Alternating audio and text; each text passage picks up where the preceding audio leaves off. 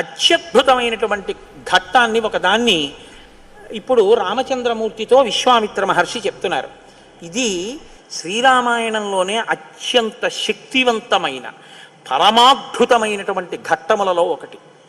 షణ్ముఖోత్పత్తి అంటారు. ఇది ఎంత శక్తివంతం అంటే గర్భిణీ స్త్రీలు కానీ ఈ సర్గల్ని పారాయణ చేస్తే తప్పకుండా వాళ్ళకి సంతానం కలుగుతుంది. సంతానం ఉత్తమమైన సంతానం కలుగుతుంది. ఎటువంటి సమస్యలు లేకుండా వాళ్ళకి ప్రసవం అవుతుంది. అంత శక్తి ఇందులోనే ఉంది. ఇందులోనే వాల్మీకి మహర్షి కుమార సంభవం అన్న మాట వాడారు. పెద్దవాళ్ళు ఏం చెప్తారంటే వాల్మీకి మహర్షి అసలు ఎప్పుడూ ఫలశ్రుతి చెప్పరు. ఈ సర్గ చదివితే ఇది వస్తుందని చెప్పరు. అట్లాంటి వాల్మీకి మహర్షి గంగావతరణానికి షణ్ముఖోత్పత్తికి ఫలశ్రుతి చెప్పారు. అత్యంత శక్తివంతమైన ఘట్టాలలో షణ్ముఖోత్పత్తి ఒకటి. ఇది విన్నవాళ్ళు సుబ్రహ్మణ్య లోకాన్నే పొందుతారు అంటారు. అంత శక్తివంతం. ఇందులో కుమార సంభవం అన్న మాట వాల్మీకి మహర్షి వాడారు. దీన్నే కాళిదాస్ గారు తీసుకున్నారు. తీసుకుని కుమార సంభవం అన్న గ్రంథాన్ని ఆయన ఆ పేరుతోనే రచన చేశారు. కానీ ఇప్పటికీ గర్భిణీ స్త్రీలు పారాయణ చేస్తే ఈ షణ్ముఖోత్పత్తినే వింటూ ఉంటారు. కాబట్టి ఇప్పుడు మీరు అవధరించండి. పురా రామకృతోద్వాహో నీలకంఠో మహాతపాః దృష్ట్వాచ స్పృహయా దేవీం మైథునాయోపచక్రమే అంటూ మొదలుపెట్టారు విశ్వామిత్ర మహర్షి. నాయనా రామా, నీకు అంగదేశం గురించి చెప్పాను. మన్మధుడు కాలిపోయాడు. తర్వాత పార్వతీ పరమేశ్వరులకి వివాహమైంది. ఎలా అయింది మరి మన్మధుడు లేకుండా? ప్రారంభమే ఒక గొప్ప విషయం. అందరి మీద బాణాలు వెయ్యాలి అంటే చేతిలో చెరుకు విల్లు 5 పుష్ప బాణాలు పట్టుకుని బాణాలు వేసేటటువంటి మన్మధుడు నేను బాణాలు వేసి అందరిలోనూ కామ ప్రచోదనం చెయ్యగలనన్న అహంకారంతో అదే పుష్ప బాణాల్ని తీసుకెళ్లి పరమశివుడి మీద కూడా వేసి ఆయన మనసు కదిపి పార్వతీదేవి యందు అనురక్తుడయ్యేటట్టు చెయ్యగలననేటటువంటి అహంకార బుద్ధితో ఒక్క బాణాన్ని తీసి ప్రయోగించడానికి సిద్ధపడేటప్పటికే బహిర్ముఖుడైనటువంటి పరమశివుడు కనుతెరిచి చూసి తన మీదే బాణ ప్రయోగానికి సిద్ధపడుతున్న మన్మధుడి మీద ఆగ్రహం చెంది 3వ కన్ను తెరిస్తే భస్మ రాశి అయి మన్మధుడు కింద పడిపోయాడు. కాబట్టి సృష్టి ఆగిపోయి ఉండాలి కదా. ఇప్పుడు మన్మధుడు లేడుగా. మరి అప్పుడు పార్వతీ కళ్యాణం ఎలా అయింది అంటే అమ్మవారు ఏం చేసిందంటే ఏ ఆయుధములను మన్మధుడు పట్టుకుంటాడో వాటిని ఆవిడ పుచ్చుకుంది. 5 పుష్పబాణాలని చెరుకు విల్లు ఆవిడే పుచ్చుకుంది. కామాక్షి, కంచి కామాక్షి అదే కదండి, చేత్తో పట్టుకుంది. ఇదే మనం లలితాస్వరూపం యొక్క వర్ణన చెప్తే ఇదే చెప్తాం. రాగస్వరూప పాషాఢ్య క్రోధాకార అంకుశోజ్వల మనోరూపేక్షుకోదండ పంచతన్మాత్రశాయక. ఇప్పుడు ఆవిడ ఇలా పట్టుకుంటే ఇంతటి పరమశివుడు వశుడైపోయాడు. అయిపోయి తాళి కట్టాడు. సంసారంలోకి వచ్చి ఆవిడ పక్కన కూర్చున్నాడు. శంకరాచార్యుల వారు దెప్పి పొడిచారు. స్ఫురద్గండాభోగత్ ప్రతిఫలిత తాటంక జుగళం చతుశ్చక్రం మన్యే తవ ముఖమిదం మన్మధరదం యమారుహ్యద్రుహ్యత్కవనిరథమర్కేందు చరణం మహావీరో మార ప్రమదపతయే సంగీతపతే అన్నారు. అయ్యా, నువ్వు ఎంత గొప్పవాడివైనా మా తల్లి చెరుకు విల్లు పుష్పబాణాలు పట్టుకునేటప్పటికీ లొంగవలసిందే.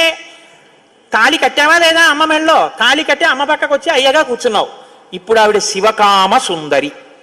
ఆమె అంత సౌందర్యంతో ఎవరి కోసం కూర్చుంది? మనకి తండ్రిని తెచ్చి కూర్చోబెట్టడానికి. ఆవిడ శివుడికి సౌందర్యం, బాహ్య సౌందర్యం, శివకామ సుందరి. నీకు నాకో అఖిలాండేశ్వరి, జగజ్జనని, మీనాక్షి, కామాక్షి, రాజరాజేశ్వరి, లలిత. మనకి అమ్మ, మా నాన్నగారికి భార్య.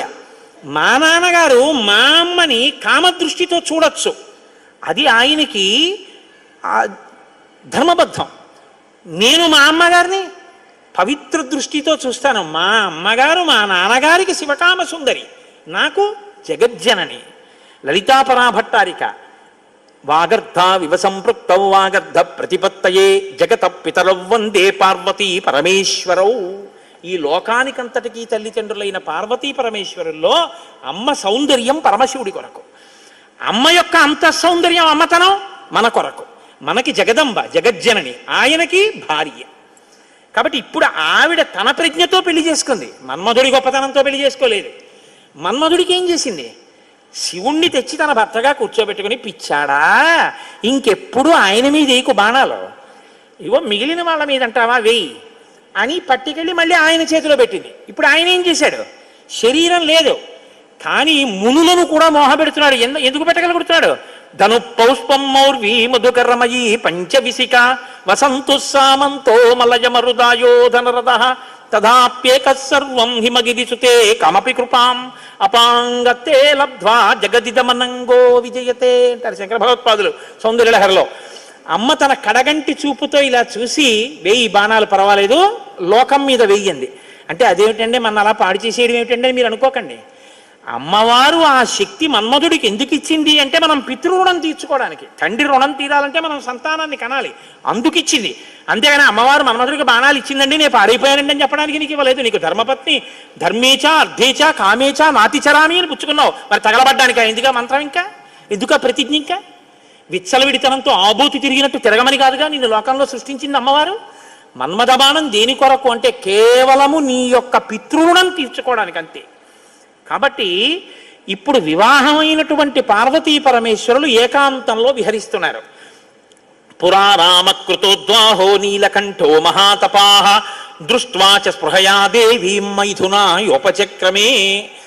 వాళ్ళిద్దరూ అలా క్రీడించడం మొదలుపెట్టి 100 దివ్య సంవత్సరాలు పూర్తయిపోయాయి.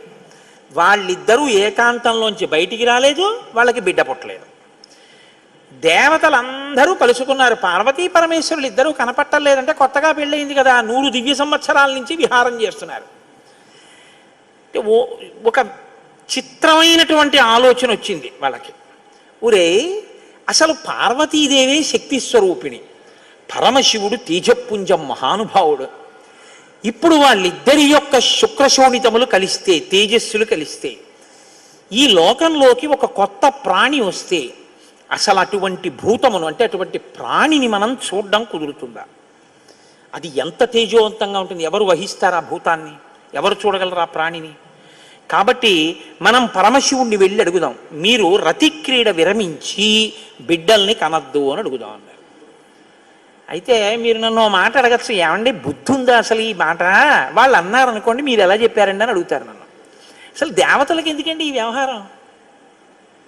వాళ్ళు అలా ఎందుకు అనాలి? అలా అంటే మాత్రం దాన్ని మేము ఎలా అంగీకరించగలం ఈ విషయాన్ని? మీరు కంగారు పడిపోకుండా ఉండండి, నేను తర్వాత చెప్తాను ఎందుకు వస్తుందో. కాబట్టి ఇప్పుడు వాళ్ళందరూ కలిసి ఓ సమావేశం పెట్టుకున్నారు. నిజమే అంటే నిజమే, అందరూ కలిసి కైలాసానికి వెళ్ళారు. బయట నించుని పెద్ద కేకేశారు, ఏమని? దేవదేవ మహాదేవ లోకస్యాస్య హితేరత. ఓ దేవదేవ మహాదేవ, లోకమునకంతటికి రక్షించవలసిన వాడా అని కేకేశారు. వీళ్ళకి ఏం ఉపద్రవం వచ్చిందో అని ఆయన బయటకు వచ్చారు. ఆయన్ని చూడగానే వీళ్ళందరూ నేల మీద పడి నమస్కారం చేశారు. చని కైలాసముదొచ్చి శంకరుడి వాసద్వారముంజేరి ఈశుని దవ్వారుకు లడ్డుపడ్డ దళమంచుందొచ్చి కుయ్యో ముర్రో విను వాలింపుము చిత్తగింపుము దయన్ వీక్షింపుమం చంబుజానన ముఖ్యుల్కని రక్తరక్షణ కళా సంరంభుని శంభురిన్ అంటారు పోతన గారు. అలా వీళ్ళందరూ ప్రణిపాతం చేశారు నేల మీద పడి. సురాణం ప్రణిపాతేన ప్రసాదం కర్తుమర్హసి నలోకా ధారయిష్యంతి తవ తేజ సురోత్తమః అన్నారు. మహానుభావ, నీవు పార్వతీదేవితో కలిసి ఏకాంతంలో దివ్యక్రీడను అనుభవిస్తున్నావు. మీ ఇద్దరికి బిడ్డ పుడితే దుస్సహం, మేము తట్టుకోలేం. అందుకని నీ తేజస్సుని నీ తేజస్సులోకి అణిచేసేయి, ఆమె తేజస్సుని ఆమె తేజస్సులో అణిచివేయమను. మీ ఇద్దరూ ఒకరి పట్ల ఒకరు ఇటువంటి ఆభిముఖ్యం పొందకుండా తపస్సు చేసుకుంటూ కూర్చోండి అన్నారు. బ్రాహ్మేణ తపసాయుక్తో దేవ్యా సహ తపశ్చర త్రైలోక్యహితకామార్థం తేజస్తే జసిధారయ. తేజస్సుని తేజస్సులో అణిచేసి ఇద్దరూ తపస్సు చేసుకోండి అన్నారు. ఎంత అక్కర్లేని విషయం అంటే ఇది. అంటే ఆయన అన్నాడు, తండ్రితనం అండి, తప్పకుండా మీకు అలాంటి ఇబ్బంది ఉంటుందంటే నేను ఇటువంటి భూతమును సృష్టించాను, అలాగే వెళ్ళిపోతాను. కానీ నేను ఇప్పటికి 100 దివ్య సంవత్సరముల నుంచి పార్వతీదేవితో క్రీడించాను. ఆ కారణం చేత దేవతానాం వచశ్రుత్వా సర్వలోక మహేశ్వర బాఢమిత్యత్ బ్రవీత్ సర్వాన్ పునశ్చేదమువాచ. మీరు చెప్పినట్టే చేస్తాను, నా తేజస్సుని నా తేజస్సులోకి అణిచేస్తాను. కానీ యదిదం క్షుభితం స్థానాత్ మమ తేజో హ్యనుత్తమం ధారయిష్యతి కస్మన్మే బ్రువంతు సురసత్తమాహ. ఇప్పటికే చాలా కాలంగా పార్వతీదేవితో నేను క్రీడించి ఉన్న కారణం చేత నా రేతస్థానం నుంచి తేజస్సు కదిలిపోయింది. ఇప్పుడు కదిలిపోయిన తేజస్సు పడిపోతుంది. నేను పార్వతీదేవి యందు వదిలిపెట్టద్దని మీరు అంటున్నారు. మరి నేను నా తేజస్సుని ఎక్కడ విడిచిపెట్టను, ఎవరు భరిస్తారు చెప్పండి అన్నారు. భరించడం అనేటప్పటికీ వాళ్ళు ఎవరు గుర్తొచ్చారో తెలుసా అండి? భూమి గుర్తొచ్చింది. అన్నీ ఆవిడేగా భరిస్తుంది, పాపం ఆవిడే భరించాలి. అందుకని వాళ్ళందరూ కలిసి ముక్తకంఠంతో భూమిని చూపించారు. చూపించి ఏవ ముక్తాః సురాః సర్వే ప్రత్యూచు వృషభధ్వజం యత్తేజ క్షుభితం హే తద్దరా ధారయిష్యతి. ఈ భూమి భరిస్తుంది, దీని మీద వదిలేసేయండి. భూమి ఏమనాలి? అదేమిటయ్యా, ఆయన భార్య యందు ప్రవేశపెట్టబడవలసినటువంటి శివతేజస్సు నా మీద ఎలా విడిచిపెడతాడు? నేను ఎలా స్వీకరిస్తాను? భూకాంత, ఆమె స్త్రీ, భూదేవి నాలోకి ఎలా ప్రవేశిస్తుంది? శివవీర్యం దోషం అవుతుంది కదా, నేను పుచ్చుకోననాలి. ఆవిడ సంతోషించింది. శివవీర్యం నాలో ప్రవేశించడం అంటే అదృష్టం కదా అనుకుని తప్పకుండా పుచ్చుకుంటానని అనేటప్పటికీ పరమశివుడు ఏం చేశాడంటే ఏవ ముక్త సురపతి ప్రముమోచ మహీతలే తేజసా పృథివీయేన వ్యాప్త సగిరికానన. ఆయన తేజస్సుని భూమి మీద వదిలిపెట్టేశాడు. అది ఉత్తర క్షణం భూమి అంతటా పాకేసింది. పాకేసి పర్వతాల్లో, నదుల్లో, సముద్రాల్లో, చెట్లలో పరివ్యాప్తమైతే ఆ తేజస్సు యొక్క స్థితిని భూమి తట్టుకోలేకపోయింది. తట్టుకోలేక పెద్ద పెద్ద కేకలేసింది ఆవిడ. తతో దేవాః పునరిదం ఊచుశ్చాధ హుతాశనం ప్రవిశత్వం మహాతేజో రౌద్రం వాయు సమన్వితః. నా ఒళ్ళు మండిపోతోంది, దగ్ధమైపోతోంది నా శరీరం అంతా. శివవీర్యాన్ని నేను భరించలేకపోతున్నాను, దాని శక్తి నేను తట్టుకోలేకపోతున్నాను. కాబట్టి నేను విడిచిపెట్టేస్తాను, నాలోకి వచ్చిన వీర్యాన్ని దేనిలోకి విడిచిపెట్టను అని అడిగింది ఆవిడ. ఇప్పుడు దేవతలందరూ ఒకరి మొహాల్లో ఒకళ్ళు చూసుకుని అన్నారు, ఒళ్ళు మండిపోతోంది తట్టుకోలేనన్నావు కాబట్టి ఎవడు మండిస్తాడో వాడిలో వదిలేయన్నారు. అంటే అగ్నిహోత్రుల్లో వదిలేయమన్నారు. అంటే ఇప్పుడు ఆవిడేం చేసింది? తనలో పడినటువంటి శివవీర్యాన్ని అగ్నిహోత్రుల్లోకి వదిలిపెట్టేసింది.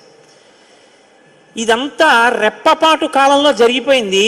పెద్ద పెద్ద అరుపులు, కేకలు, ప్రార్థనలు, హడావిడి. బయటికి వెళ్ళిన శివుడు లోపలికి రాలేదు. అమ్మవారికి అనుమానం వచ్చింది, ఏం జరిగింది అని. పార్వతీదేవి బయటికి వచ్చింది. బయటికి వచ్చి ఏం జరిగిందని అడిగింది. మేమందరం ఇలా ప్రార్థన చేశామమ్మా, మీ ఆయన తేజస్సు భూమిలోకి విడిచిపెట్టాడు, భూమి తట్టుకోలేక అగ్నిలోకి విడిచిపెట్టింది అంది. మీ ఇద్దరికీ సంతానం కలగకుండా తపస్సు చేసుకోమని కోరిక కోరామమ్మా అన్నారు. ఆవిడంది, ఏ ఆడదైనా అమ్మ కావద్దంటే ఒప్పుకుంటుందండి. అధశైల సుతారామ త్రిదశాం ఇదమబ్రవీత్ సమన్యురశపత్ సర్వాన్ క్రోధ సంరక్తలోచన. ఎర్రబడిన కళ్ళతో అమ్మవారంది, అక్కరలేని విషయంలో జోక్యం చేసుకున్నారు. మీరు చెప్పకూడని మాట చెప్పారు. నన్ను తల్లిని కావద్దు అని శాసించారు. నాకు బిడ్డలు పుట్టకూడదు అని వరం అడిగారు. నాయందు ప్రవేశపెట్టబడవలసినటువంటి శివవీర్యాన్ని భూకాంత యందు ప్రవేశపెట్టారు. కాబట్టి నేను మీకు శాపం ఇస్తున్నాను. అపత్యం స్వేషు దారేషు తస్మాన్నో త్వాదయిష్యత అద్య ప్రభృతి యుష్మాకం అప్రజాః సంతు పత్నయః ఏవ ముక్త్యా సురాన్ సర్వాన్ శశాప పృథివీమపి. ఇక నుంచి మీ భార్యల వలన మీకిక సంతానము కలుగకుండుగాక. ఇక నుంచి దేవతలకి సంతానం ఉండదు అంది. కాబట్టి దేవతల సంఖ్య ఎప్పటికీ 33 కోట్లే. ఎందుకంటే ఇంకా వాళ్ళకి సంతానం ఉండదు. అందుకే బ్రహ్మగారు మొన్నటి రోజున దేవతల్ని పిలిచి, మీ అంశలలో ఉండవలసినటువంటి వానరుల్ని అప్సరసల యందు, యక్షకాంతల యందు, గంధర్వ కిన్నెర వానరకాంతల యందు సృజించండి, మీ భార్యల యందు మీకు పిల్లలు పుట్టరు, పార్వతీదేవి శాపం ఉందని చెప్పారు. అందుకని ఏమంటే ఎప్పుడూ 33 కోట్లైనా ఇంకా పిల్లలు మనవలు ఉండరా అంటే ఉండరు. పార్వతీదేవి శాపం ఆగిపోయింది దేవతల యొక్క సంతానం. ఇప్పుడు ఆవిడ భూమి వంక తిరిగింది. నువ్వు స్త్రీవి కదా, నా భర్త యొక్క తేజస్సుని నేను పట్టవలసింది నువ్వెలా పట్టుకున్నావు? నువ్వెలా స్వీకరించావు నా భర్త తేజస్సుని? అమనేనైక రూపాత్వం బహుభార్యా భవిష్యసి. ఆవిడ్ని శపించింది. నువ్వు ఒక్క రూపంతో ఉండవు, భూమి అని పిలవబడినా నీకు అనేకమైనటువంటి స్థితి కలుగుతుంది. ఒక చోట చౌటు నేల, ఒక చోట నల్ల నేల, ఒక చోట ఎడారి, ఒక చోట పంట పండే నేల. ఇలా నువ్వు రకరకాలుగా అయిపోతావు. అంతేకాదు బహుభార్య భవిష్యసి, నీకు ఒక్క భర్త ఉండడు. నీ భర్త కానివాడి వీర్యం నువ్వు పుచ్చుకున్నావుగా, నీకు ఇంకా ఎంతమంది భర్తలో లెక్కుండరు. అందుకే రాజ్యాన్ని పాలించిన వాడందరూ భూమిపతులే. ఎంతమంది ఆవిడికి భర్తలు లెక్కలేదు. కారణం ఏమిటంటే పార్వతీదేవి శాపం. అవనేనైక రూపాత్వం బహుభార్య భవిష్యసి నచ పుత్ర కృతాం ప్రీతిం మత్క్రోధ కలుషీకృత. ఏ ఆడదైనా కోరుకునేది ఏమిటంటే భర్త వలన కొడుకుని కనాలి, ఆ కొడుకు పేరు ప్రఖ్యాతులు తేవాలి, తల్లి సంతోషించేటట్టు ప్రవర్తించాలని కోరుకుంటాడు. ఏ తల్లి ఈ లోకంలో ఏ ఒక్కటి సహించదో అది నీ యందు నిజమగుగాక. ఏ తల్లి అయినా ఏది సహించలేదు, ఎంత తప్పైనా సహిస్తుంది. కానీ అమ్మ వంక ఆడదాన్ని చూసినట్టు చూశాడు అనుకోండి కొడుకు, అమ్మ మాత్రం ఒక్కనాటికి క్షమించదు. ఇంకా అమ్మలో ఆడతనాన్ని చూడకూడదు. ఇంకంతకన్నా పవిత్రంగా మాట్లాడడం కష్టం, ఇంకంతకన్నా నేను దిగి మాట్లాడను. కాబట్టి అమ్మతనాన్నే చూడాలంతే కొడుకు. కానీ నీ విషయంలో ఏమవుతుందో తెలుసా, నీ కొడుకులందరూ నీకు భర్తలవుతారు. అందుకే భూమిపతి పతే, ఆయన తర్వాత ఆయన కొడుకు, ఆయన భూమిపతే. ఎంత దారుణం అండి అది. ఒక ఆయన పరిపాలిస్తున్నాడు, ఆయన భూమిపతి, ఆయనకి కొడుకు పుట్టాడు. ఇప్పుడు భూమికి ఆయన ఏమవ్వాలి? కొడుకు. ఆ భూమిపతి వెళ్ళిపోయాడు, ఇప్పుడు ఈయనేమవుతాడు? ఈయన భూమిపతే, తన కొడుకు తనకి భర్త. ఇంతకన్నా దారుణమే ఉంది? ఇది పార్వతీదేవి శాపం. కాబట్టి నచ పుత్ర కృతాం ప్రీతిం మత్క్రోధ కలుషీకృత ప్రాప్యసిత్వం సుదుర్మేధే మమ పుత్రమనిచ్చతి. నాకు బిడ్డలు కలగకుండా చేశారు కాబట్టి మీరు ఈ శాపం అనుభవించండి అని వాళ్ళు లోపలికి వెళ్ళిపోయారు. ఇప్పుడు వీళ్ళందరూ ఇలా వేళ్ళు విరిచారు. ఒరే అక్కర్లేని విషయంలో జోక్యం చేసుకున్నాను రా, ఎవడరా ఈ మాట చెప్పింది అసలు అన్నారు. వాడు ఉంటాడేమిటి ఇంకక్కడ. ఇప్పుడు అందరూ భారంగా తలకాయలు ఉంచుకుని ఇళ్ళకెడితే వీళ్ళ శిఖలు ఎవరు పట్టుకుంటారు? ఒరే ఎందుకు వెళ్ళావురా నువ్వు, నీ వల్ల నాకు ఇంకా బిడ్డలు కలగరని వాళ్ళు పట్టుకుంటారు. కాబట్టి ఇప్పుడు వాళ్ళందరూ ఇళ్ళకెళ్ళారు. సగత్వా తప అతిష్టత్ పార్శ్వే తస్యోత్తరే గిరే హిమవత్ ప్రభవే శృంగే సహదేవ్యా మహేశ్వర. హిమాలయ పర్వత ప్రాంతంలో పార్వతీ సహితుడై పరమశివుడు మాత్రం హాయిగా కూర్చుని తపస్సు చేసుకుంటున్నాడు. ఇంకా వాళ్ళిద్దరికీ బిడ్డలు పుట్టకూడదు అన్నారుగా, అందున ఆయన వెళ్ళి తపస్సు మొదలెట్టాడు. గొడవ ఎక్కడొచ్చింది? ఇక్కడతో ఏమైపోలేదు గొడవ. తారకాసురుడని వాడు బయలుదేరాడు. వాడికి తెలిసి విషయం, ఇక పార్వతీ పరమేశ్వరులకి బిడ్డలు పుట్టరని, దేవతలకి బిడ్డలు పుట్టరని తెలుసు వాడికి. వాడు బ్రహ్మగారి గురించి తపస్సు, వాడు చాలా తెలివైన వాడు. నాకు చావుద్దన్నాడు, అది కుదరదన్నాడు ఆయన. అయితే పార్వతీ పరమేశ్వరులకు కొడుకు పుడితే వాళ్ళ చేతిలో చచ్చిపోతానన్నాడు. బ్రహ్మగారు ఏమంటారు? తథాస్తు. వీళ్ళే అడిగారు పార్వతీ పరమేశ్వరుల్ని, వాళ్ళిద్దరూ తపస్సుకి వెళ్ళిపోయారు. ఇప్పుడు వెళ్ళి మీ ఇద్దరు బిడ్డలు కనండి అన్నారు అనుకోండి, ఇంకేమైనా ఉందా? వద్దన్నావు, అన్ని శాపాలు ఇచ్చేసింది ఆవిడ. అంటే మీరు బాగా గమనించండి, ఏదైనా ఆడది భరిస్తుంది, కానీ ఆడదాని అమ్మతనానికి, ఆడదాని భర్తృత్వాన్ని పంచుకోవడానికి ఇంకో ఆడదొస్తే మాత్రం ఈ లోకంలో సహించడం అన్నది ఉండదు. అది ఈ జాతి క్షమించలేదు. ఇది రామాయణం యొక్క తీర్పు. కాబట్టి ఇప్పుడు వీళ్ళు వెళ్ళి అడగలేరు పార్వతీ పరమేశ్వరుని. కొడుకు పుడితే తప్ప వీళ్ళకి బతుకులేదు. ఎందుకని? వీళ్ళని చాలా బాధ పెట్టేస్తున్నాడు తారకాసురుడు. కాబట్టి ఇప్పుడు ఏం చెయ్యాలో అర్థం కాక పార్వతీ పరమేశ్వరులను అడగలేక చతుర్ముఖ బ్రహ్మగారి దగ్గరికి వెళ్ళారు. వెళ్ళి, అయ్యా ఎలాగండి పార్వతీ పరమేశ్వరులకు కొడుకు పుడితే తప్ప మేము రక్షింపబడం, ఇప్పుడు పుట్టే మార్గం ఏమైనా ఉందా అని అడిగారు. అడిగితే ఆయన అన్నారు, శైలపుత్ర్యా యుదుక్తం తత్ న ప్రజా సంతు పత్నిషు తస్యావచనమక్లిష్టం సత్యమేతన్న సంశయః. ఒరే పార్వతీ పరమేశ్వరులకి ఇంక పిల్లాడు పుట్టడం అనేటటువంటి విషయాన్ని మీరు నేను ఇక వెళ్ళి అడగడం అన్న విషయం మర్చిపోండి. పోనీ మన దగ్గర శివుని యొక్క తేజస్సు ఉంది ఇంకాను. అగ్నిహోత్రుడు పుచ్చుకుని ఉంచాడుగా, అగ్నిహోత్రుల్లో ఉందిగా. అంటే యాపిల్ పండు ఫ్రిడ్జ్లో పెట్టుకున్నట్టు అగ్నిహోత్రుడి దగ్గర ఉంది అది. పోనీ దాన్ని తెచ్చి ఎవరిలోకైనా నిక్షేపిద్దామంటే మీ భార్యలు ఎవ్వరికీ పిల్లలు పుట్టరు, ఆవిడ శాపం ఉందిగా. పైగా ఆ శివవీర్యాన్ని భూకాంత పుచ్చుకుందనేగా అన్ని శాపాలు ఇచ్చింది. ఇప్పుడు దాన్ని తీసుకెళ్ళి ఇంకోళ్ళు ఎవరికన్నా ఇస్తామంటే ఎవరు మాత్రం పుచ్చుకుంటారు? ఏ ఆడది పుచ్చుకుంటుంది? పుచ్చుకుంటే కదా పిల్లలు పుట్టడం. పార్వతీదేవి వెళ్ళి అడగలేము, పోనీ శివవీర్యం ఉందని ఇంకో స్త్రీలో ప్రవేశపెట్టలేము. ఎలా ఆలోచించి, ఆయన తక్కువడండి చతుర్ముఖ బ్రహ్మగారు అంటే. నేను అందుకే బ్రహ్మ నన్ను బ్రహ్మగారు అంటుంటాను. ఆయన సలహా లేకపోతే లోకం లేదు, మన ఉపన్యాసమే లేదు. ఆయన అన్నారు, ఇయమాకాశగా గంగా యస్యాం పుత్రం హుతాశనః జనయిష్యతి దేవానాం సేనాపతి మరిందమం జ్యేష్ఠా శైలేంద్రదుహిత మానయిష్యతి తత్సుతం ఉమాయాస్తబ్బహుత హుమతం భవిష్యతి న సంశయః. ఉమాయాస్తబ్దహుమతం భవిష్యతి న సంశయః. హిమవత్ పర్వతం ఉందే, హిమవంతుడు, ఆయనకి 2 బిడ్డలు ఉన్నారు. పెద్దమ్మాయి పేరు గంగ, రెండో అమ్మాయి పార్వతి. పెద్దమ్మాయి దేవతా స్త్రీలలోకి రాదు. ఆ అమ్మాయి స్వర్గలోకంలో ప్రవహిస్తోంది. ఇప్పుడు తనకి బిడ్డలు పుట్టలేదన్న బాధ ఎప్పుడు పోతుందంటే, తన భర్త యొక్క వీర్యం తన అక్కగారిలోకి ప్రవేశించి బిడ్డ పుడితే తన అక్క కొడుకు తన కొడుకేగా. అందుకుని కొంచెం మనసు కుదుటపరుచుకుని పోన్లే బిడ్డ పుట్టాడని సంతోషిస్తుంది. అక్క జోలికి వెళ్ళదు, ఎందుకంటే కొంచెం ఆప్యాయత అన్నదోటి ఉంటుంది. అక్క కొడుకు తన కొడుకే అవుతాడు కాబట్టి మనం పార్వతీదేవి కోప్పడకూడదంటే ఆ గంగాదేవి యందు ఈ శివవీర్యాన్ని నిక్షేపించాలి. ఇప్పుడు శివవీర్యం ఎవరి దగ్గర ఉంది? అగ్నిహోత్రుడి దగ్గర ఉంది. ఇప్పుడు అగ్నిహోత్రుడు ఏం చేయాలి? గంగాదేవిలో విడిచిపెట్టాలి. గంగాదేవి ఒప్పుకోవద్దు. కాబట్టి మీరు ఏం చేయాలి? మీరేగా వెళ్ళి ప్రార్థన చేశారు, మీరే వెళ్ళి అగ్నిహోత్రుడిని గంగని ప్రార్థన చేయండి అన్నారు. ఇప్పుడు గంగాదేవి దగ్గరికి వెళ్ళి, అమ్మ ఏమనుకోవద్దు, శివవీర్యం అగ్నిహోత్రుడి దగ్గర ఉంది, నువ్వు అది బుచ్చుకో అంటే చీ నోర్ముయ్యి అంటే. అందుకని ఈ మాట ఎవరు చెప్పాలో ఒక్క పురుషుడు చెప్పాలి. పురుషులందరూ వెళ్ళి చెప్తే అసహ్యంగా ఉంటుంది. మీరు వెళ్ళి అగ్నికి చెప్పండి, అగ్ని వెళ్ళి ఆవిడికి చెప్తారని. ఎందుకంటే ఇంత ఇబ్బంది అంటే, ఇది గట్టిగా చెప్పుకునేది కాదు, ప్రయత్నం చేస్తున్నారు. పార్వతీ పరమేశ్వరులకి పుత్రుడు కలిగేటట్టు తెలిస్తే చంపి అతడు పారేస్తాడు ఆయన తారకాసుడు.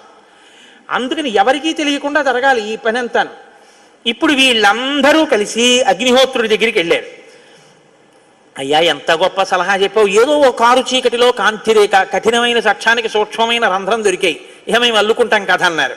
తచ్చుత్వా వచనం తస్య కృతార్థ రఘునందన ప్రణిపత్య సురాः సర్వే పితామహం అపూజయన్. బ్రహ్మగారికి పూజ చేసి నమస్కారం చేసి బయలుదేరి అగ్నిహోత్రుడి దగ్గరికి వెళ్ళారు. వెళ్ళి ఆయనతో అన్నారు, దేవ కార్యమిదం దేవ. ఇప్పుడు మాట్లాడడం కొంచెం జాగ్రత్తగా మాట్లాడడం మొదలెట్టారు. ఇది దేవకార్యం, ఏదో మేము సరదాగా నువ్వు పట్టుకెళ్ళి అక్కడ విడిచిపెట్టు ఇలాంటి మాటలు చెప్పడానికి రాలేదు. నీకు పిల్లలు పుడితే నాకెందుకు, పుట్టపోతే నాకెందుకు, ఇలాంటి వాటిల్లో ఇక మేము జోక్యం చేసుకోం, బుద్ధి వచ్చింది మాకు.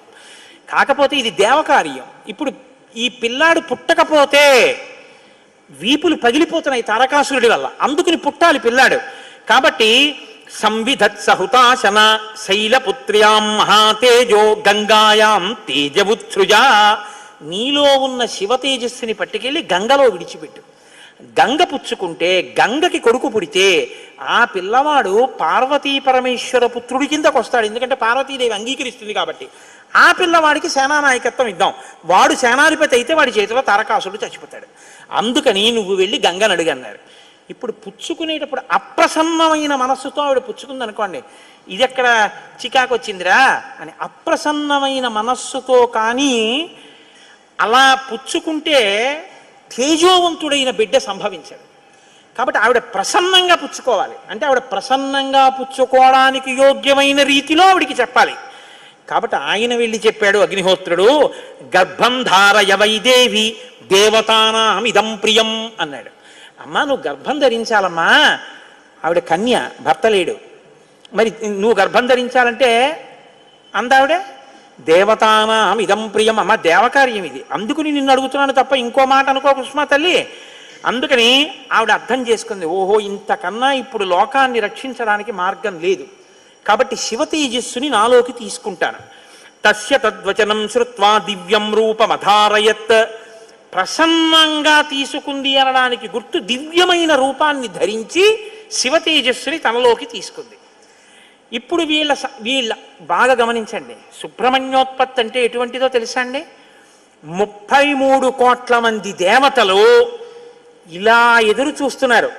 ఇప్పుడు కాని శివవీర్యం ఎందుకో పనికి రాకుండా పోయిందనుకోండి, గంగ కానీ అయ్యి బాబాయ్ నేను భరించలేకపోతున్నానని వదిలేవతల పారేసింది అనుకోండి, అంతే. ఇక శివవీర్యం లేదు, ఎందుకంటే ఉన్న శివవీర్యం పాడైపోయింది. కాబట్టి ఇక పుత్రుడు కలగడు. ఇక పుత్రుడు కలగకపోతే ఇక ఎప్పటికీ అసలు దేవతల యొక్క రాజ్యం అన్నది ఇక రాదు, తారకాసురుడే ఉంటాడు. కాబట్టి ఇక మీరు నేను పురాణం చెప్పుకోవడం ఇప్పటికీ ఉండదు, ఆయనే పరిపాలిస్తుంటాడు కదా. కాబట్టి ఇప్పుడు ఆ గంగ వల్ల బిడ్డ పుట్టాలి. వీళ్ళందరూ ఉత్కంఠతో ఎదురు చూస్తున్నారు. గంగ గర్భం ధరించి బిడ్డని కంటుందా? ఇది ఇంత చల్లటి గంగమ్మలోకి శివవీర్యం వెళ్ళింది. వెళ్ళగానే ఆవిడ ఇప్పుడు పెద్ద కేకేసింది, అయ్య బాబోయ్ ఈ శివవీర్యం యొక్క వేడికి నా నీరు ఉడికిపోతోంది, నేను భరించలేకపోతున్నాను, దీన్ని వదిలేస్తున్నాను. ఎక్కడ వదిలేనని వీళ్ళందరూ నీరసపడిపోయారు. అయ్యయ్యయ్యయ్యో మన ప్రణాళిక పోయింది అనేటప్పటికి తస్య తద్వచనం శ్రుత్వా దివ్యం రూపమధారయత్ దృష్ట్వా తన్మహిమానం. ఆ తర్వాత సమంతతస్తదా దేవీం అభ్యసించిత పావకః సర్వశ్రోతాంసి పూర్ణాని గంగాయా రఘునందన తమువాచ తతో గంగా సర్వతే దేవ పురోహితం అశక్తాధారణే దేవ తవ తేజస్సముద్భవం దహ్యమానగ్నినాతేన సంప్రవ్యధితతే ససా. ఇప్పుడు నేను ఈ తేజస్సుని ఎక్కడ వదిలిపెట్టేను, నా సర్వాంగములు క్షోభించిపోతున్నాయంది ఆవిడ. అగ్నిహోత్రుడు చూసి అన్నాడు, బిడ్డ పుట్టాడో లేదో తరువాతి మాట, ముందసలు నువ్వు కలతపడిపోతున్నావు, నువ్వు తట్టుకోలేవు. కాబట్టి అధాబ్రవీదిదం గంగాం సర్వదేవ హుతాశనః ఇహ హైమవతే పాదే గర్భోయం సన్నివేశ్యతాం. అదిగో ఆ హిమాలయ పర్వత ప్రాంతముల యొక్క పాదముల యందు తీసుకెళ్ళి నీలో ఉన్నటువంటి శివ తేజస్సుని విడిచిపెట్టేసేయాలి. గంగ తనలో ఉన్న శివ తేజస్సుని తీసుకెళ్ళి హిమాలయ పర్వత ప్రాంత పాదముల యందు వదిలిపెట్టేసేటప్పటికి అది వెళ్ళి రెల్లు దుబ్బుల్లో పడిపోయింది, గడ్డిలో పడిపోయింది. ఇప్పుడు అందులోంచి ఒక్కసారి కాంతి కనపడింది వాళ్ళకి. పిల్లాడు ఏమైనా వచ్చారా? వాళ్ళకి పిల్లాడు కావాలి. ఇప్పుడు వాళ్ళు చూస్తే సర్వం పర్వత సన్నద్ధం సవర్ణమవద్వనం జాత రూపమితి ఖ్యాతం తదా ప్రభృతి రాఘవ సువర్ణం పురుషవ్యాఘ్ర హుతాసన సమప్రభం తృణవృక్షలతాగుల్వం సర్వం భవతి కాంచనం. ఆ శివవీర్యంలోంచి ఆ తేజస్సులోంచి అగ్ని ఎటువంటి కాంతితో ఉంటాడో అటువంటి కాంతితో మొట్టమొదట బంగారం పుట్టింది లోకంలో. బంగారం శివవీర్యం, అందుకే బంగారానికి శివవీర్యం అని పేరు. బంగారం పుట్టి బంగారంతో అక్కడ ఉన్నటువంటి తృణవృక్షలతాగుల్మం సర్వం భవతి కాంచన, ఆ గడ్డి చెట్లు అన్ని బంగారు రంగులో మెరిసిపోయాయి ఒక్కసారి. తర్వాత వెండి పుట్టింది. ఆ వెండిని చూశారు, తెల్లగా ఉంది వెండి. అయిపోయింది. ఆ తర్వాత ఇంకా మిగిలినటువంటి చారంలోంచి రాగి ఇనుము పుట్టాయి. మిగిలిపోయినటువంటి మలంలోంచి తగరము సీసము పుట్టాయి. తప్ప పిల్లవాడు మాత్రం కనపడలేదు. అయిపోయింది మన ప్రణాళికంతా, పిల్లవాడు పుట్టలేదు అని దిగాలు ముఖాలు వేసుకుని ఆ పైనుంచి చూస్తున్నారు. ఆ రెల్లు దుబ్బుల్లో రాత్రివేళ తెల్లగా మెరుస్తాయే రెల్లు దుబ్బులు, ఆ రెల్లు దుబ్బుల్లోంచి తదగ్నినా పునర్వ్యాప్తం సంజాత శ్వేత పర్వత దివ్యం శరవణం చైవ పావకాదిత్య సన్నిభం. బ్రహ్మాండమైనటువంటి కాంతులు మెరిసిపోతుండగా 6 ముఖాలతో అద్భుతమైన సౌందర్యంతో ఒక పిల్లవాడు పుట్టి పాల కోసం ఏడ్చాడు. అమ్మయ్యా పుట్టాడు రా పిల్లాడు, శివపుత్రుడు జన్మించాడు, మన బాధలు తీరాయని వాళ్ళందరూ పొంగిపోయారు. షష్ఠి 6 ముఖాలతో షణ్ముఖుడై పుట్టాడు. ఆ పుట్టినటువంటి వాడు కూడా మహానుభావుడు 6 ముఖాలతో పుట్టాడు కాబట్టి షణ్ముఖుడు. పుట్టిన పిల్లాడికి పాలివ్వాలి, ఆ కృత్తికల్ని పిలిచి మీరు పాలివ్వండి అన్నారు. వాళ్ళన్నారు మేం పాలిస్తాం, కానీ తాం క్షీరం జాతమాత్రస్య కృత్వా సమయముత్తమం దదు పుత్రో యమస్మాకం సర్వాతామితి నిశ్చితాః. ఇప్పుడు పాలిస్తే కానీ మరి పిల్లాడు బతకడు. కాబట్టి వాళ్ళు అన్నారు మేము పాలిస్తాం, కానీ ఆ పిల్లాడిని మా పేరుతో పిలుస్తారా అన్నారు, మా పిల్లాడని చెప్తారా అన్నారు. అబ్బాయి అలా ఎలా కుదురుతుందండి అన్నారు అనుకోండి. వాళ్ళు పాలివ్వకపోతే పిల్లాడు. అందుకని వీళ్ళు వెంటనే దేవతలందరూ అన్నారు తతస్తు దేవత సర్వ కార్తికేయ ఇతి బ్రువన్. కార్తికేయుడు అన్నాం కదా, ఇవ్వండి పాలన్నారు. అమ్మతనం ఎంత గొప్పదో చూడండి. ఇప్పుడు ఈ కృత్తికలు 6 పిల్లాడికి 6 ముఖాలతో ఉన్నవాడికి 6 పాలిచ్చారు. వాడు పాలు తాగాడు. పుత్రస్త్రైలోక్య విఖ్యాతో భవిష్యతి నసంశయ. కార్తికేయుడని మేం పిలవడం కాదు, 3 లోకాల్లో పిలుస్తారు ఈ పిల్లాన్ని, సరేనా అన్నారు దేవతలు. అప్పుడు వాళ్ళు పాలిచ్చారు. కాబట్టి కార్తికేయుడు అగ్నిలో శివవీర్యం చాలా కాలం నిలవ ఉంచబడి అగ్నిహోత్రుడు గంగలో ప్రవేశపెట్టాడు కాబట్టి పావకి. శరవణములు అంటే రెల్లు దుబ్బుల్లోంచి పుట్టాడు కాబట్టి శరవణ భవ. ఎప్పుడు శుద్ధమైనటువంటి బ్రహ్మణ్య జ్ఞానంతో ఉంటాడు కాబట్టి సుబ్రహ్మణ్యం. తల్లి కడుపులోంచి స్ఖలనమై పుట్టాడు కాబట్టి స్కందుడు. ఆయన ఉత్పత్తి చేతనే ఇన్ని పేర్లతో వచ్చాడు. ఏమంటే మీరు ఇంత గొప్పగా ఏదో పాపం నోరు కొట్టుకు చెప్పారు, కానీ మాకు అసలు అనుమానం మాత్రం అలా ఉండిపోయింది, మీరు మంగళం చెప్దాం అనుకుంటున్నారేమో. అలా అనత్సా దేవతలు, అలా అడగడం వల్ల కదా ఇంత కథ వచ్చింది. అలా ఎందుకు అడగాలి అసలు అంటే, మహానుభావుడు శంకర భగవత్పాదాచార్య స్వామివారు బ్రహ్మసూత్రాలకి చేసినటువంటి వ్యాఖ్యానంలో ఒక చోట ఉదహరించారట దీని గురించి. దాని గురించి అసలు ఇలా ఎలా జరిగిందని కంచికామకోటి పీఠాధిపతులు చంద్రశేఖరేంద్ర సరస్వతి స్వామి వారు ఎంతమంది పౌరాణికులను అడిగారట. ఆఖరికి ఒక ఆయన దీని మీద పరిశోధన చేసి త్రిపురా రహస్యంలో ఉన్నటువంటి మంత్రాల యొక్క వ్యాఖ్యానంలో దీని అసలు వృత్తాంతం ఎక్కడుందో పరమాచార్య స్వామి వారికి తీసుకొచ్చి చెప్పారు. త్రిపురా రహస్యంలో ఉంది దీని రహస్యం, అక్కడి నుంచి అనుసంధానం చేయాలి దాన్ని. సనత్కుమారుడు అని ఒక ఆయన, బ్రహ్మమానసపుత్రుడు, ఆయన పుట్టుక చేత మహాజ్ఞాని. అటువంటి పిల్లవాడు ఆయన ఎప్పుడూ తనలో తాను బ్రహ్మజ్ఞానంలో రమిస్తూ ఉండేవాడు. ఆయన ఒక రోజు రాత్రి నిద్రపోవడం అంటే గుర్తుపెట్టుకోండి, బ్రహ్మవేత్త నిద్రకి కూడా ఆయన సాక్షి. అటువంటి ఆయనకి కల వచ్చిందంటే అవస్థ ఏర్పడింది, స్వప్నావస్థ. ఆ కల్లో తాను రాక్షస సైన్యాల మీద యుద్ధం చేస్తున్నట్టు కల వచ్చింది. ఆయన తెల్లబోయి, ఇదేమి నాకు కల రావడం ఏమిటి, కల రావడం అంటే మనసులో ఏదో కోరిక ఉంది, ఆ కోరిక కల్లో కనపడింది, స్వప్నావస్థలోకి వెళ్ళాను, ఇది దోషం కదా, నాకు అలా ఎందుకు జరిగిందని తండ్రి చతుర్ముఖ బ్రహ్మగారి దగ్గరికి వెళ్ళారు. వెళ్ళి నాన్నగారు నాకు ఇలా కల ఎందుకు వచ్చింది నాన్నగారు అసలు అని అడిగాడు. అయితే ఆయన అన్నాడు, నాయనా నీకు ఇలా కల రావడానికి ఒక కారణం ఉంది. నువ్వు పూర్వజన్మలో వేదాన్ని నేర్చుకునేటప్పుడు వేదంలో దేవతల గురించి, రాక్షసుల గురించి, దేవదానవ యుద్ధాల గురించి చదివి, ఈ రాక్షసులు ఎప్పుడు వేద ప్రమాణానికి వ్యతిరేకంగా ఎందుకు ఇలాంటి పనులు చేస్తుంటారు, వీళ్ళని పట్టుకుని చంపేయాలని వ్యగ్రత పొందావు. ఆ వ్యగ్రత జీవుణ్ణి పట్టుకుంది. అది ఈ జన్మలో బ్రహ్మవేత్తవైనా నీకు ఆ వాసన ఉండిపోయింది. అది ఇప్పుడు కలగా వచ్చింది. అది తీరాలంటే నువ్వు దేవసేనకి అధిపతివి కావాలి. నువ్వు దేవసేనకి అధిపతివై రాక్షసుల్ని సంహరిస్తే ఆ కోరిక తీరుతుంది. అంటే నాన్నగారు నేను దేవాసేనాపతిని కావలసిందేనా ఆయన అన్నాడు చతుర్ముఖ బ్రహ్మగారు. వచ్చేసారు ఆయన, తన అనుష్ఠానంలో తనున్నారు. ఈలోగా పరమశివుడు ఒక సంకల్పం చేశాడు. పరమశివుణ్ణి మించిన జ్ఞాని లోకంలో ఇంకా లేడు. ఎక్కడైనా జ్ఞానం అంటూ ఉంటే అది కేవలం శాంకర భిక్ష. పరమశివుడి యొక్క భిక్షయే జ్ఞానం. అందుకే ఆయన్ని ఈశాన సర్వ విద్యానాం ఈశ్వర సర్వభూతానాం బ్రహ్మాధిపతిర్బ్రహ్మణోధిపతిర్బ్రహ్మ శివో మే అస్తు సదాశివోం మంగళములకు మంగళం నా తండ్రి. అంతటి మహాజ్ఞాని శంకరుడంటే. ఆయన దగ్గర నుంచే వెళ్ళాలి జ్ఞాన గంగ. కాబట్టి పరమశివుడికి ఒకప్పుడు కోరిక పుట్టిందిట, నేను ఇప్పటిదాకా అన్ని విషయాలు చెప్పడం కానీ నేను ఓడిపోయిందన్నది లేదు ఎవరి దగ్గర. ఓడిపోవడం అంటే బయట వాళ్ళ దగ్గర ఓడిపోతే బాగుండదుగా. ఓడిపోవడం అనేటటువంటిది కూడా మనిషి జీవితంలో సన్మానంగా ఎప్పుడు మారుతుంది? పుత్రాదిచ్చేత్ పరాజయం. తన కొడుకు చేతిలో తాను ఓడిపోవాలి. తన కొడుకు చేతిలో తాను ఓడిపోవడం అంటే, ఉరే నేను శ్లోకానికి ఈ అర్థం ఇన్ని మాటలు చెప్పాను కానీ నా కొడుకు వచ్చి అకస్మాత్తుగా నాన్నగారు ఈ శ్లోకానికి ఈ అర్థం ఇలా కూడా వస్తుంది కదా అంటే నాకు ఎప్పుడూ రాలేదు ఈ ఆలోచన. ఎంత గొప్ప అర్థం చెప్పాడురా, ఇలా చూస్తే అసలు మొత్తం కథ మారిపోయింది, వీడికి ఎంత గొప్ప ఆలోచన వచ్చిందని నా కొడుకు ప్రజ్ఞ ముందు నేను తల వంచితే అది నాకు సన్మానం లాంటి ఓటమి. అలాంటి కొడుకు నా కడుపున పుడతాడా అనుకున్నట్ట పరమశివుడు కూడా ఒకనకొకప్పుడు. ఇప్పుడు సనత్కుమారుల వారికి ఈ కోరిక, ఎంత గొప్ప అర్థం చెప్పాడురా, ఇలా చూస్తే అసలు మొత్తం కథ మారిపోయింది, వీడికి ఎంత గొప్ప ఆలోచన వచ్చిందని నా కొడుకు ప్రజ్ఞ ముందు నేను తల వంచితే అది నాకు సన్మానం లాంటి ఓటమి. అలాంటి కొడుకు నా కడుపున పుడతాడా అనుకున్నట్ట పరమశివుడు కూడా ఒకనకొకప్పుడు.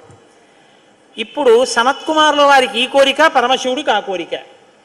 ఒకానొకప్పుడు పరమశివుడు పార్వతీదేవి అసుర సంధ్య వేళలో ఈ భూమండలం అంతటా కూడా విహారం చేస్తారు. శ్రీశైల పర్వతం మీద దిగుతారు. భాగవతంలో చతుర్థ స్కందం అనుకుంటే అందులో చెప్తారు దీని గురించి. వాళ్ళిద్దరూ విహారం చేస్తుంటే సనత్కుమారుడు కనబడ్డారు. కనబడితే వాళ్ళకి ముచ్చటేసింది. బ్రహ్మవేత్త మహానుభావుడు బ్రహ్మజ్ఞాని, పలకరిద్దామని వృషభవాహనం మీద కిందికి దిగి దగ్గరికి వెళ్ళారు. ఆయన ఇలా చూశారు. చూసి తన పని తాను చేసుకుంటున్నారు. ఇద్దరు అలా నిలబడ్డారు. ఆయన ఏం పలకరించలేదు. పలకరించకపోతే పరమశివుడు అన్నాడు, ఏమయ్యా లోపల సంతోషించాడు ఇది బ్రహ్మవేత్త అంటేని. ఏమయ్యా ఇంతసేపటి నుంచి నించున్నావు, కనీసం నువ్వు పలకరించలేదు మమ్మల్ని అన్నారు. ఏంటి నువ్వు కొత్తగా కనపడ్డం ఏమిటి? నాకు లోకమంతా నువ్వు తప్ప ఇంకోటి కనపడితేగా. నువ్వే కనపడుతున్నది, బ్రహ్మవేత్తకి ఏం కనపడుతుందండి? విశ్వం కనపడదు, విశ్వనాథుడు కనపడతాడు. లోకం కనపడదు, లోకేశ్వరుడు కనపడతాడు. కాబట్టి నాకు కనపడుతున్నదే నువ్వు, ఇవాళ కొత్తగా కనపడ్డావు ఏమిటి? నాకు ఎప్పుడు నువ్వేగా కనపడదు, కొత్తదనం ఏముంది, అదుగు అలా కూర్చున్నాను అన్నాడు. లేచి నిలబడి మాట్లాడకుండా అలా మాట్లాడితే శపిస్తాను తెలుసా అన్నాడు. శపిస్తే ఏమవుతుంది స్వామి? దేహానికి ఏమైనా బాధ కలుగుతుంది. అది నేనైతేగా, నేను ఆత్మని. ఆత్మకి శాపం ఏముంటుంది? ఆత్మయే నేను, నేనే నువ్వు, ఉన్నది ఒక్కటే, దానికి శాపం లేదు స్వామి, అందులో నా భయం లేదన్నారు. ఓహో ఏమి ద్వంద్వాతీతుడవరా మహానుభావ, ఇది బ్రహ్మజ్ఞానం అంటే. కాబట్టి నిన్ను చూసి నేను మురిసిపోతున్నాను, నీకేదైనా వరం ఇస్తాను పుచ్చుకో అన్నారు. ఆయన అన్నారు, వరం ఇస్తావా? మళ్ళీ ఇదో మోహం, వరం ఇవ్వడం శాపం ఇవ్వడం ఏమిటి ద్వంద్వాలు? నాకేం అక్కర్లేదు, నీకేమైనా కావాలా నేను ఇస్తానన్నారు. అంటే పరమశివుడు అన్నాడు, ఈ మాట నీతో అనిపించడం కోసమే ఇంతసేపు నించున్నాడు. నీలాంటి కొడుకు కావాలి, నువ్వు నాకు కొడుకు అవుతావా అన్నారు. అంటే సనత్కుమారుడు అన్నాడు, నీకే కొడుకునవుతానన్నాడు. అంటే పార్వతీదేవి అంది, ఏది ఆ కేంత దీర్ఘం ఇస్తున్నావు? నీకే కొడుకునవుతానంటా ఏంటి? నీకే కొడుకునంటే నాకు కొడుకువే అంది. అదొక్కటి అడక్కమ్మా అన్నాడు. అదేమయ్యా అదేమిటి? నీలాంటి కొడుకు పుడుతుంటే నా కడుపున పుట్టకపోవడం ఏమిటి? అమ్మా ఎంత పార్వతీదేవివైనా తల్లి, నేను ఒక కడుపున పుట్టడం అంటే అమ్మా తల కింద పెట్టి కాళ్ళు పైకి పెట్టి 9 నెలలు అమ్మ కడుపులో పడుకుని యోని ద్వారంలోంచి బయటికి రాలేనమ్మా. శివకుమారుడిగా పుడతాను, నీకు కుమారుణ్ణే తప్ప అమ్మ నీ కడుపున మాత్రం పుట్టనన్నాడు. అంటే ఆవిడ చిన్న బుచ్చుకుంది. అయ్యయ్యో నేను కూడా కలిసి అడగకపోవడం వల్ల వచ్చింది, కానీ నా కోరిక నువ్వు ఇంకొకలా తీర్చాలంది ఆవిడ. ఎలా తీర్చనమ్మా అని అడిగారు. నేను ఒకానొకప్పుడు భస్మాసురుడు పరమశివుడి గురించి తపస్సు చేసి వరములు పొందాడు. నేను ఎవరి తల మీద చెయ్యి పెడితే ఆయన భస్మం అయిపోవాలని పరమశివుడు వరం ఇచ్చాడు. నీ మీదే పరీక్ష చేస్తానని పరమశివుడు వెంటబడ్డాడు. పరమశివుడు ఏదో ఒక హేళ, ఆయన ఒక చాలా విచిత్రంగా ప్రవర్తిస్తూ ఉంటాడు. లోకానికి ఒక పాఠం చెప్పడం కోసం ఉసుమండి చేతకాని వాడని మీరు అనుకోకూడదు. ఇప్పుడు నేను మళ్ళీ శివమహాపురాణానికి అంతటికి వ్యాఖ్యానం ఎక్కడ చేయను. కాబట్టి ఆయన పరిగెడుతున్నట్టు నటించాడు.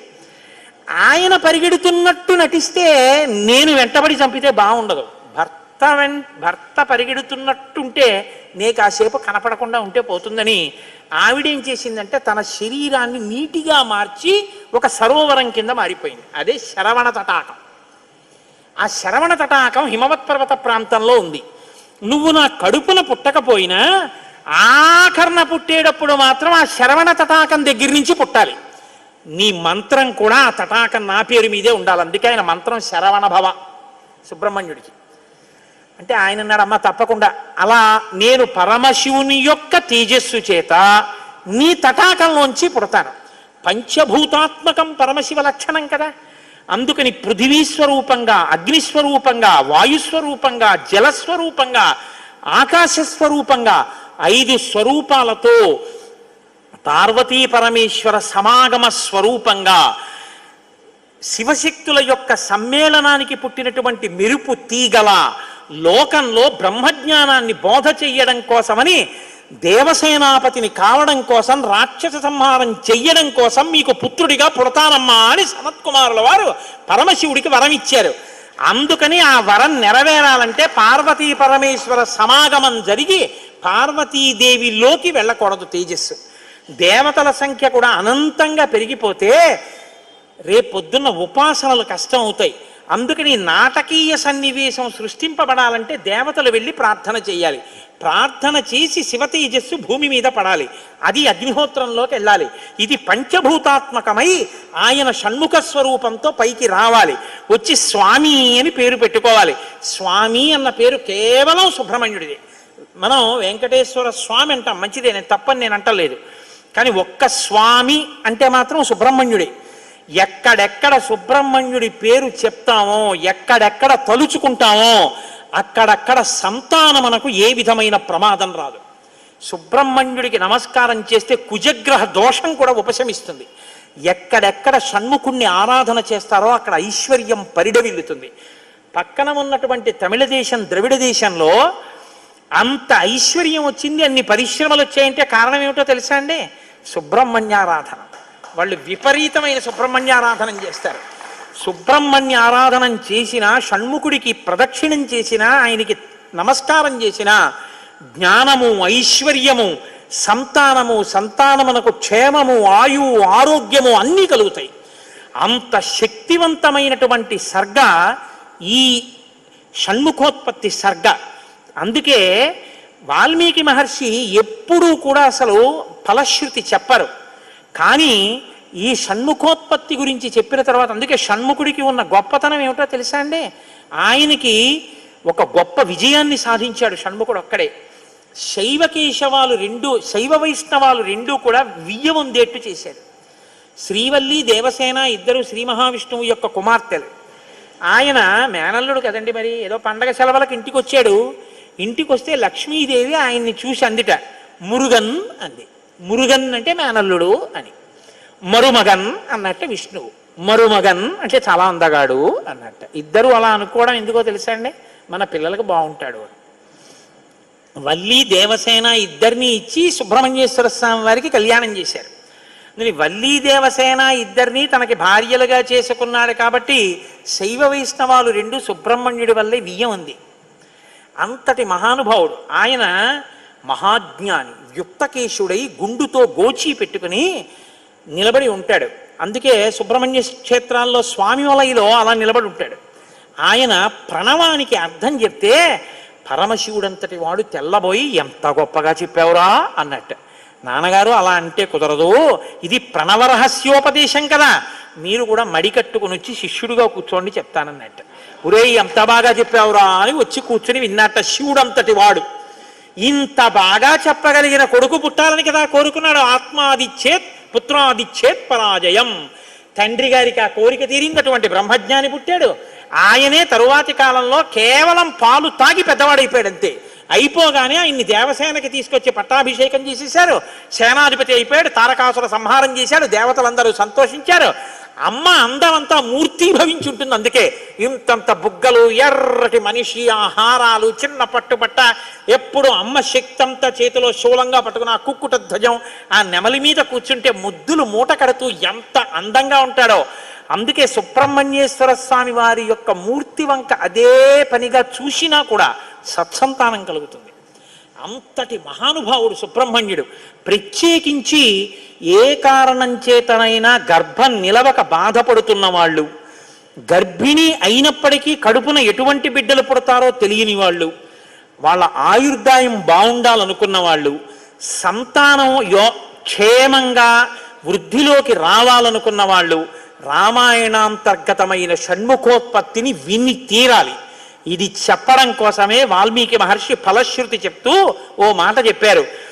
ఏషతే రామ గంగాయ విస్తరోభిహితో మయా కుమార సంభవశ్చైవ ధన్యః పుణ్యస్తథైవ చ. ఎవరు ఈ షణ్ముఖోత్పత్తిని శ్రీరామాయణంలో వింటున్నారో వాళ్ళకి ఎటువంటి చిక్కులు ఉన్నా అన్ని చిక్కులు విడిపోయి అపారమైనటువంటి ధన సమృద్ధి కలుగుతుంది.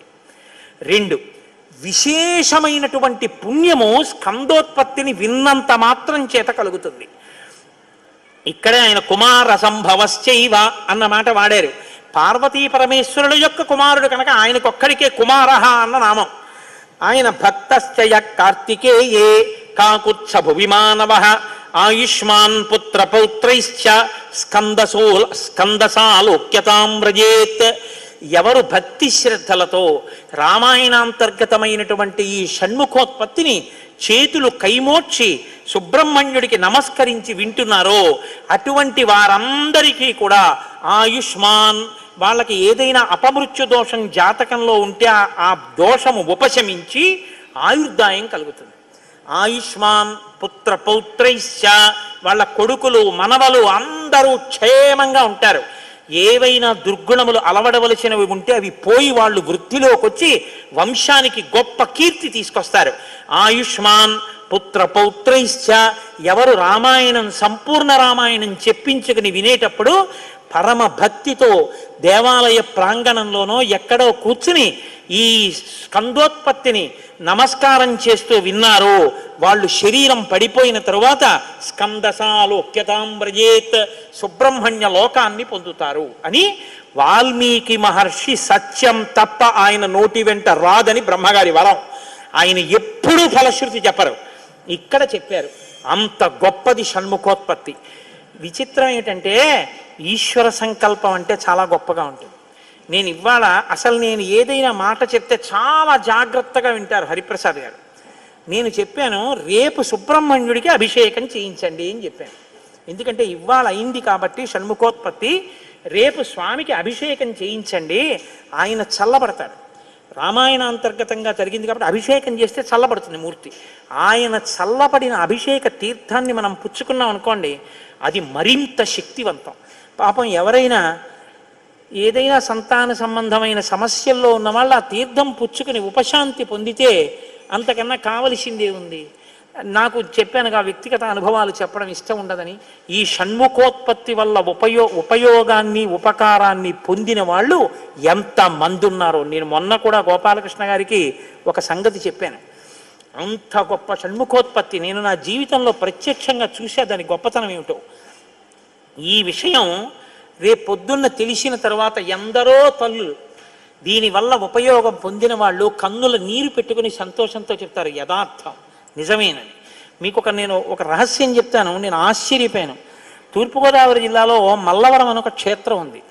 అక్కడ సుబ్రహ్మణ్యుడు, ప్రత్యక్ష సుబ్రహ్మణ్యుడు, ఇంతలా పాము కోనేటిలో స్నానం చేసి శివలింగాన్ని చుట్టుకుని ఉంటుంది.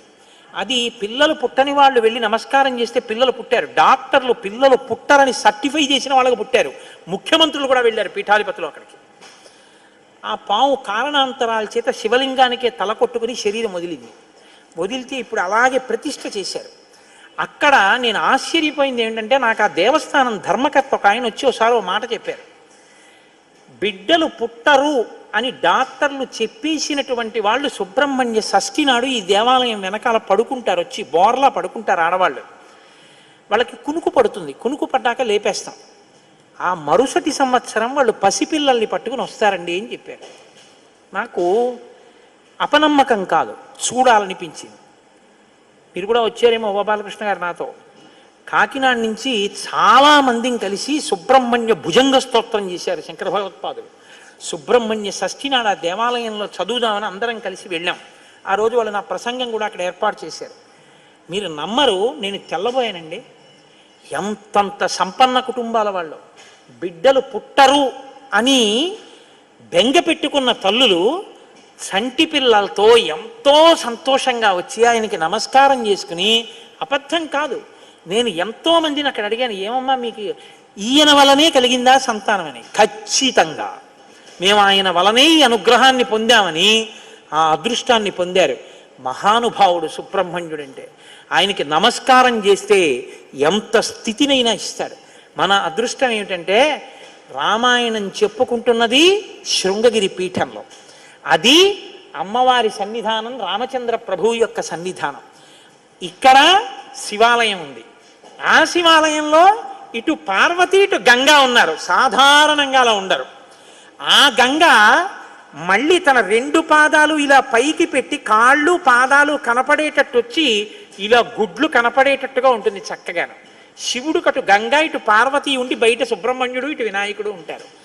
రేపు మళ్ళీ ఒక్కసారి చక్కగా అన్ని పదార్థాలతోటి అభిషేకం చేయించండి. చేయించి ఎవరెవరు అభిషేక తీర్థం తీసుకోవడం కోసం వస్తే వాళ్ళందరికీ కూడా ఒక అర్చక స్వామిని దానికి నియోగించి అందరికీ లేదనకుండా పాపం తీర్థం ఇప్పించండి. రామాయణాదులు ఉన్నది ఎందుకంటే అందరికీ ఉపకారం చేయడం కోసమే ఉన్నాయి. మీకు ఉపకారం జరిగిన నాడు మీరు మాకెవ్వరికీ వచ్చి చెప్పక్కర్లేదు కూడా. మీరు మళ్ళీ వచ్చి సుబ్రహ్మణ్యేశ్వర స్వామి వారి దగ్గర, రామచంద్ర ప్రభువు దగ్గర నమస్కారం చేసి, స్వామి మీ వలన ఉపకారం పొందామని ఆయనకి చెప్పండి చాలు. మీరు మాకు చెప్పాలని కానీ, మీరు చెప్తేనే సంతోషిస్తానన్న మాట కూడా నేను చెప్పను. ఎందుకు చెప్పనో తెలుసా? ఒక్కటే నమ్మకం నాకు, ఇది సత్యం, సత్యం పునఃసత్యం. ఇది ఆ శక్తి కలిగి ఉంది, అది నా నమ్మకం. కాబట్టి మీరు స్వామికి నమస్కారం చేయండి. ఇంత గొప్ప పీఠ ప్రాంగణాన్ని మీ అభ్యున్నతి కొరకు వాడుకోండి. చక్కగా వచ్చి తీర్థం చేసి తీసుకోండి. చేస్తాను, ఎంతమందికైనా ఉపకారం చేస్తే నేను ధన్యుణ్ణవుతానని ఆ తండ్రి కొడుకులు ముచ్చటగా సిద్ధంగా ఉన్నారు. హాయిగా రేపు అభిషేక తీర్థం తీసుకుని తరించండి. మీకు ఓపిక ఉందా? ఓ 2 అరటిపళ్ళో, ఓ పండో, ఓ కాయో తెచ్చి చక్కగా నైవేద్యం పెట్టుకోండి. ఓ కొబ్బరికాయో. షణ్ముఖోత్పత్తి విన్నారు కాబట్టి. రేపు గంగావతరణం, అత్యద్భుతమైనటువంటి ఘట్టం శ్రీరామాయణంలో. దానికి మహర్షి ఫలశ్రుతి చెప్పారు. ఇలా విన్న వెంటనే నీకు పోయింది పాపం అంతే అన్నారు మహర్షి. అసలు నిజంగా గంగావతరణం బహుభంగిమలు తిరుగుతుంది. ఎంత గొప్పగా ఉంటుందో. రేపటి రోజున ఇవాళ అనుకున్నాను కానీ షణ్ముఖోత్పత్తి అయ్యేటప్పటికే 9 అయింది.